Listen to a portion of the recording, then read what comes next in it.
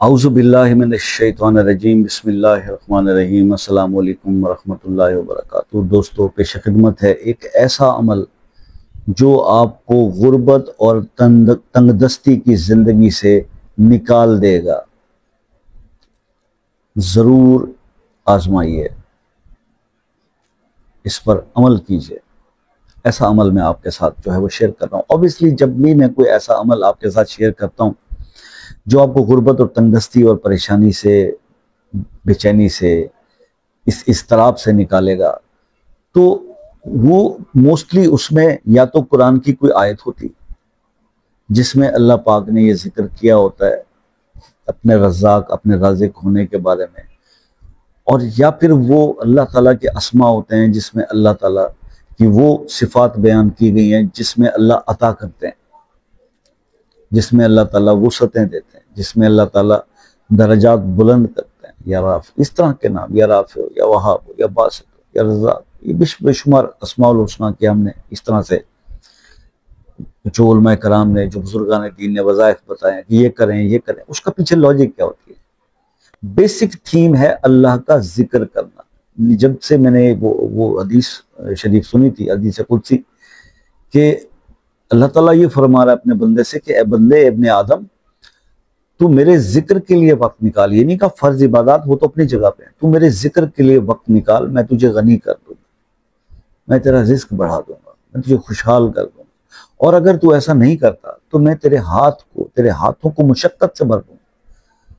तो मुशक्कत कुछ और चीज है। आप समझते हैं कि मुशक्कत से, मेहनत से जो है वो आप लोग रिस्क में वसअत और दूसरी चीजें और गिना हासिल कर लेंगे, तो वो सोचे आप, अल्लाह ने तो फरमा दिया कि फिर मैं तुम्हें मेहनत में डाल दूंगा लेकिन रिजल्ट कुछ नहीं होगा। लेकिन अगर मेरे जिक्र को लोग कर तुम बढ़ाओगे तो फिर मैं तुम्हें गनी कर दूंगा। उसके लिए फिर ये शर्त नहीं रखी कि तुम चाहे मेहनत करो या ना करो, मेरा जिक्र करोगे तो फिर अल्लाह ताला फज़कुरूनी अज़कुरुकुम वशकुरूली वला तकफुरून, शुक्रगुजार बंदे बन जाओ, जिक्र करने वाले बन जाओ। बस ये चीज, जिसने भी इन दो चीजों को फराइज के साथ, ये कभी भी ना सोचना कि जिस बंदे के फराइज पूरे नहीं है, नमाज, रोजा, हज, ज़कात, ये सब चीज़ों से वो दूर है, ईमान उसका कमज़ोर है, और वो सिर्फ जो है फला मुल्ला ने, फला बाबे ने और फलां चीज़ इसके वज़ाइफ बता दिए और वो कर लिए तो मेरी जान छूट जाएगी और मेरा मसला नहीं। ऐसा नहीं है।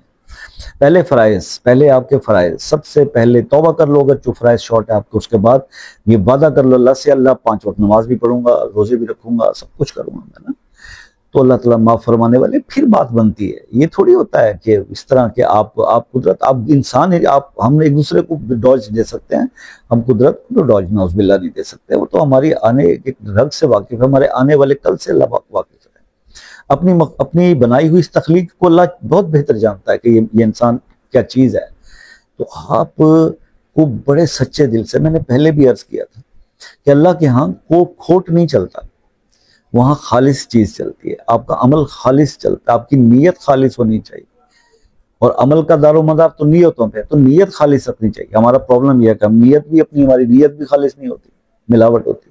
अच्छा चलो यार 11 दिन नमाज पढ़नी ना पढ़ लेंगे, मसला तो निकले ना, बंदे के पैसे देने आए तो नौकरी तो मिल जाए, फिर देखते हैं। तो आपकी नीयत तो आपके सामने है। जब आप ये नीयत रखेंगे तो क्या आपका क्या ख्याल है? रब नहीं जानता? रब तो जानता है। फिर वज़ाइफ असर नहीं करते। और वज़ाइफ की जरूरत भी क्या है? रिज़्क़ के लिए, इन चीज़ों के लिए तो अल्लाह पाक ने इबादत से मशरूत ही नहीं किया रिज़्क़। ठीक है, अल्लाह के नबी के पास जब लोग जाते थे ना तो रिज़्क़ के लिए कहते थे कि जी तंगी है, परेशानी बताते, तो अल्लाह बड़ा आसान काम बताते थे, आसान से काम बताते थे। सुबहान अल्लाह व बिहम्दिही पढ़ लिया, सुबहान अल्लाह वल्हम्दुलिल्लाह ला इलाहा इल्लल्लाह वल्लाहु अकबर, ये पढ़ लिया करो, ये अब बावजूद रहा करो, है जी।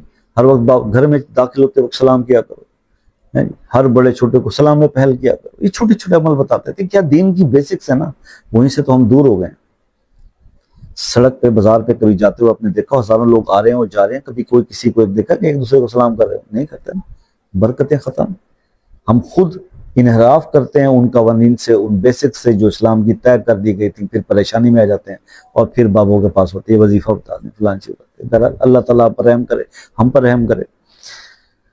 तो अगर रिस्क में कुशादगी और वसअत चाहिए तो रोजाना किसी भी वक्त बावजू होकर आप 360 बार अल्लाह के ये दो इस्म हैं, या रज़ाको या वासिओ, या रज़ाको या वासिओ, या रज़ाक को या वासिल, इकट्ठा पढ़ेंगे, एक बार काउंट होगा। 360 बार पढ़ लिया करें, अव्वल आखिर 3 बार, 5 बार या 7 बार दुरूद इब्राहिमी के साथ। अब मैंने कहा किसी भी नमाज के बाद रोजाना किसी भी वक्त बेवजू नहीं करना, वजू के साथ करना।